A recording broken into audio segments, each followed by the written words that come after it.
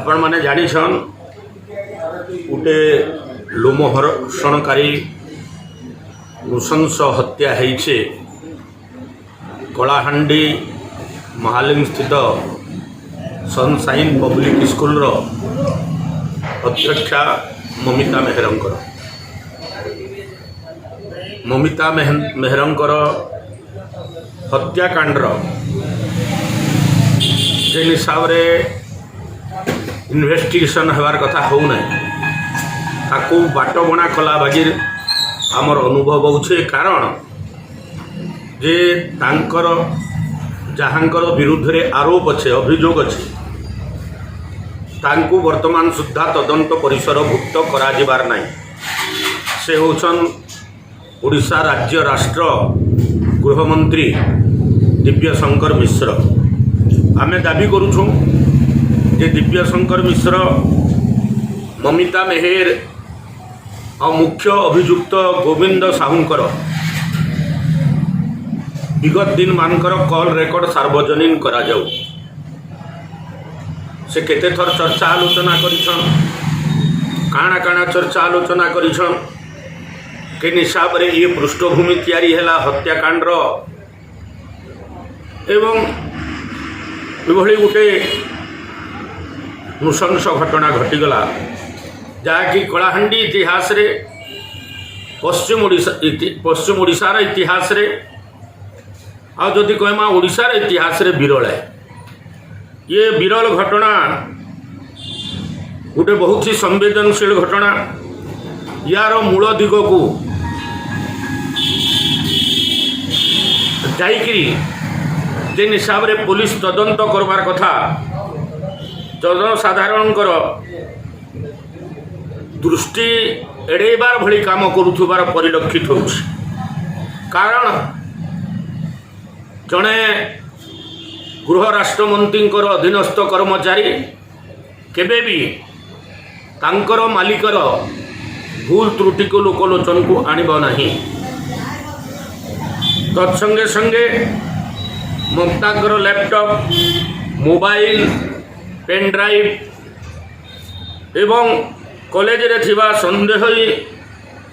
संदेहजनक कोठरी बा गुप्त कोठरी तो पुलिस रो तदंत परिसरभुक्त है नहीं। राति अधरे पुलिस जाइकरी डेमो करुछि सेतेबेले गणमाध्यम को कहीं उपेक्षा करागला। गणमाध्यम को भी सामने आणबार थिला।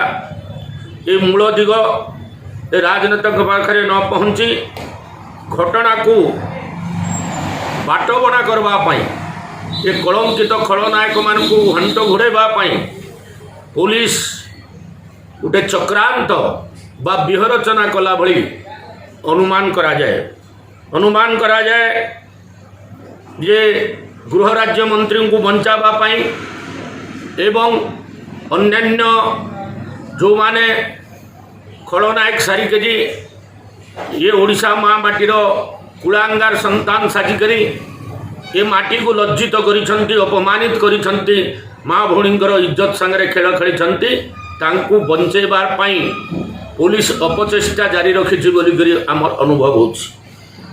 अनुभव होछि जे पुलिस जदि स्वच्छ तेबे ताहेले महिला निखोज पर ठारू केते थर गोविंद साहू सह कथा होइछि कॉल रेकर्ड सामना को आसबार आवश्यकता अछि। कारण गोविंद साहू तांकर पाखरे 4 दिन पर्यंत थिला बिना अरेस्ट रे। आईन कानून कहू नहीं जे बिना अरेस्ट पुलिस तांको 4 दिन पर्यंत रखी पारिबो नहीं।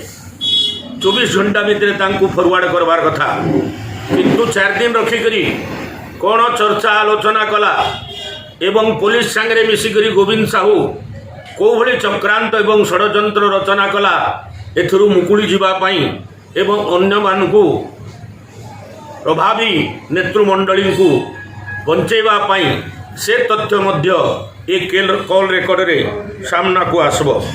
तदंत को बाटबणा करबा पाई पुलिस जेन उद्यम जारी रखीचे भारतीय जनता पार्टी ताके निंदा करुछे। आमे निंदा करुछुं वीडियो रु लागुछे पुलिस रा आदेश रे नुहे मंत्री दिव्य शंकर निर्देश बल पुलिस और अपराध को देखुचे सेठिकार जनेक छात्र बिल्कुल ही गंभीरतार सह एक आरोप लगे जे एटा कॉलेज नथिला एटा झियो मानकर संगरे विभिन्न प्रकार कुकृत्य करवार अड्डास्थली थिला बोलिकी जड़े छात्र आरोप भी लगे तांकर परिचय को लुकायित करा रखाई से छात्र को से अणछात्र को सामना को आणबार कथा एवं तारू मध्य विशेष तथ्य खोजिकी बाहर करी जहाँ जहाँ घटी चली से कॉलेज रे ताकू लोकलोचन को आणबार कथा एवं गोविंद साहू को दिव्यशंकर मिश्र को एवं एठी लिप्त थिबा निबिड़ संपर्क थिबा घनिष्ठ संपर्क थिबा एभली अनैतिक कार्यकलाप को संवेदनहीनतार सह मानविकता को जलांजलि देकरी को भली भाव नैतिकता विहीन कार्यकलाप करि चली प्रभावशाली नेतृमंडली ताहा लोकलोचन को आसबार जरूरी अच्छे।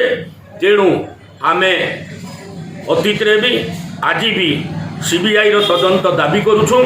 माननीय मुख्यमंत्री घंट घोड़ेबार अपेक्षा यह तुरंत सीबीआई को दायित्व दियंतु।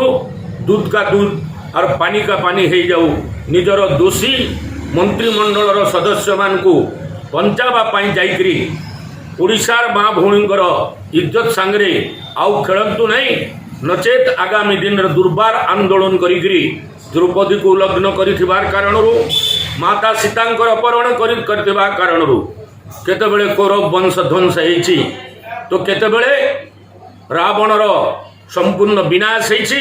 आगामी दिन रे ए विनाश आड़कू विजु जनता दल जाऊँगी एभली मोर अनुभव होउछि। आर आगामी दिन रे माँ भौणींकर अभिशाप रे निश्चित रूप रे विजु जनता दल धूलिसात हब ये विश्वास मोर जागृत होउछि। धन्यवाद, नमस्कार।